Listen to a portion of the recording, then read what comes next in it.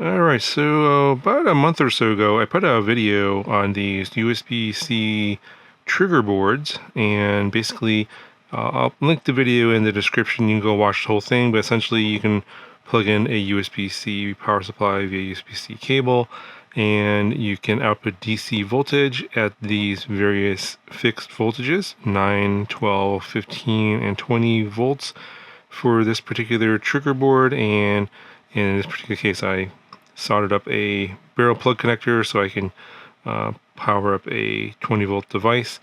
And a lot of people found this very useful and kind of interesting. And the video got a lot of views, got a lot of questions though, and people were wondering whether or not there was an option for something that didn't require soldering. That was one question. And also, were other voltages available, like say something below 9 volts, say 5 volts, or something higher than 20 volts, say like 28 volts or higher. And not for this particular model. It's just kind of a basic, very basic trigger board. Just offers these voltages only, and soldering is the only option for this one. But a company called Werewolf reached out to me, and this is their logo. They do have this. They don't call it a trigger board. They call it the VLEX adapter, and this is what it looks like here. Obviously USB-C in, and then they have DC out via a bunch of different connectors. And there's no soldering involved. So you can buy these individually. I think they're $8 each. But they sent me their starter kit, and that includes 3 of the VLEX adapters, and you get a bunch of cables that go with it. So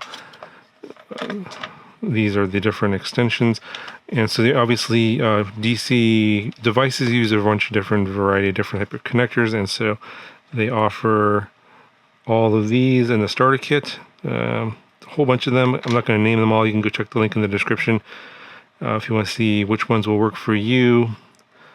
The starter kit doesn't come with everything, but they pretty much have a lot available. And then the ones that aren't in the starter kit, they do offer them separately, and you can buy these individually as well. So obviously one is the barrel connector, and this happens to be the same one as the one I soldered on over here. I think it's 5525. And then the other end is this is a proprietary connector that that's positive and negative there for DC out from this basically a very fancy USB trigger board. Obviously you have to line it up so that it's properly, in terms of polarization, it only goes in one way. It's keyed, and then whatever voltage you set for this device comes out of here. And you're wondering, well, how do I set the voltage? So obviously there's no dip switches or solder pads, obviously no soldering involved, just an LED there. What you got to do is you got to plug it into your phone and use an app, or you can plug it into your PC and use their web app. So obviously you're going to plug in a USB-C cable on one end here, and I'll fire up my phone, and we got this. Basically, it's called the VLEX app. You can also plug it into your PC and use the web app as well. So then once you plug in the VLEX adapter into your USB-C cable, USB-C on the other end, you plug it in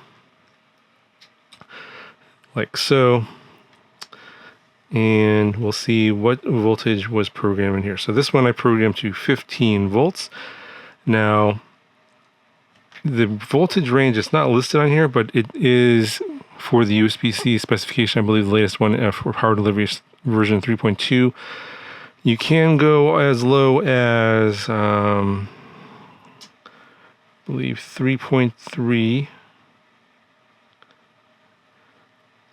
So you can set to 3.3 volts, or the maximum voltage is going to be 48 volts. Let's see if that. So so the thing that requires some little bit of explaining is this device here is not providing any power.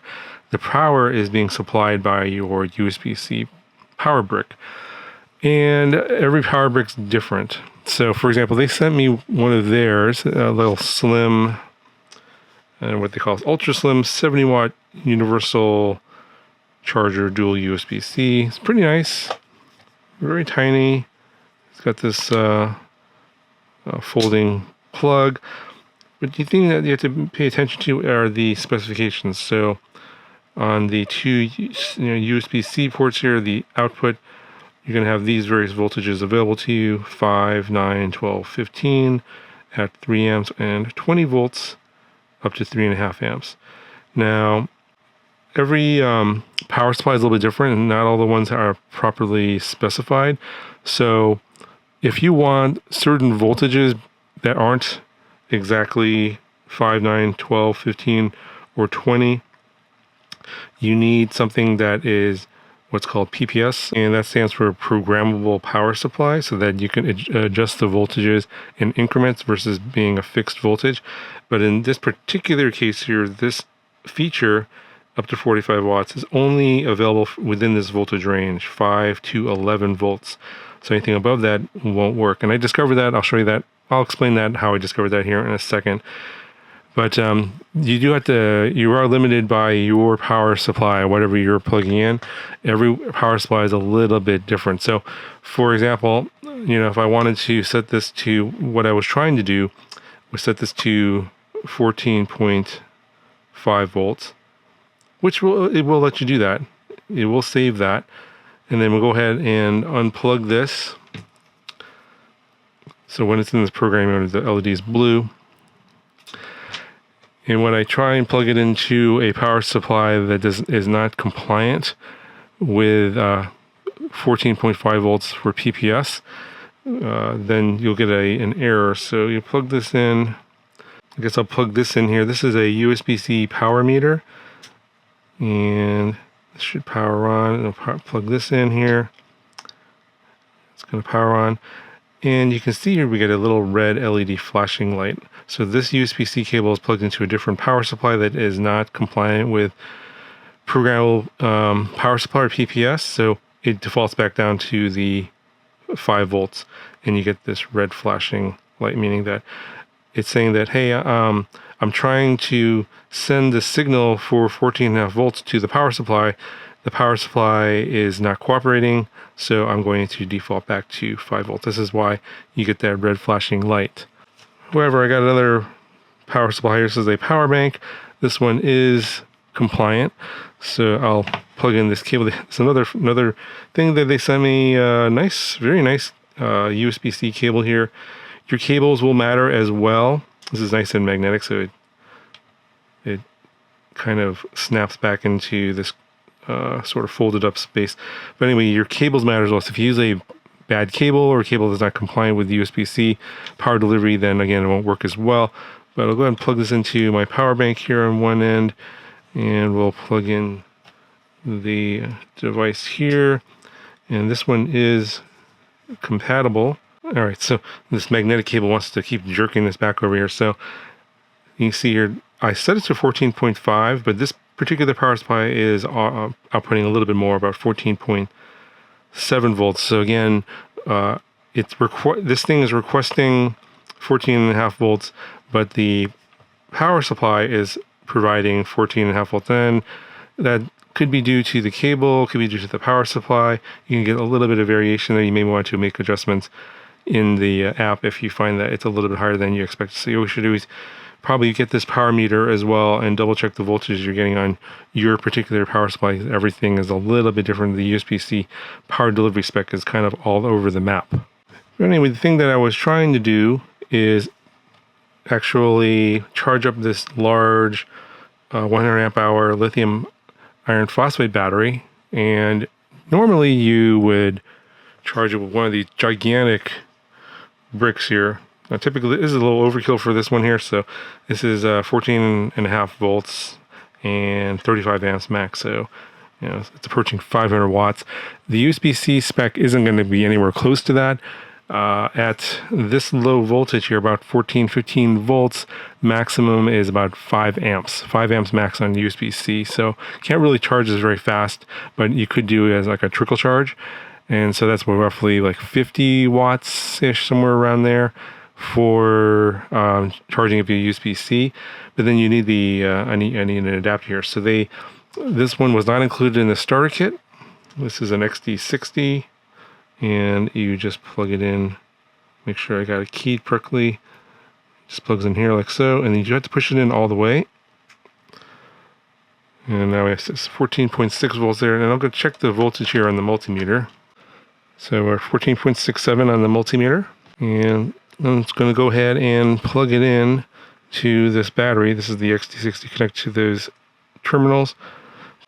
All right, so now we can see that the voltage has dropped a little bit. That means the battery is probably at that voltage, and it's charging at a roughly 52.4 watts. So the specs are 13.5 volts, about 3.86 amps, and so about 50 volts to charge that lithium iron phosphate battery.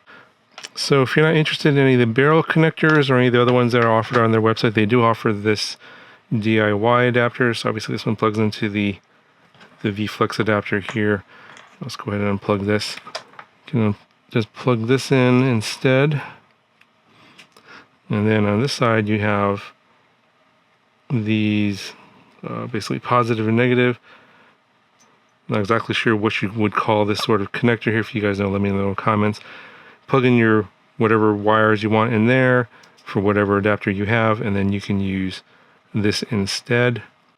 Alternatively, if you don't necessarily want this kind of an adapter here, maybe something you want to build into, say, another device, for example, they do offer a bare adapter. So this doesn't have that metal housing, but it still has basically the two connectors there for this blade type connector. So that's what this will go in there. It would have been nice if they offered ones with just solder pads, but I don't think these have those. It's possible you might be able to desolder these connectors and use that instead. But for example, if you want to use this in some sort of a project where you're going to be powering it via USB-C and then it's going to output a certain voltage, you can embed this into your project.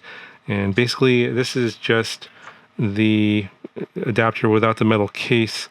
Yeah, it's just basically bare PCB. It's a little bit cheaper, I think. It's like $6 for each individual adapter.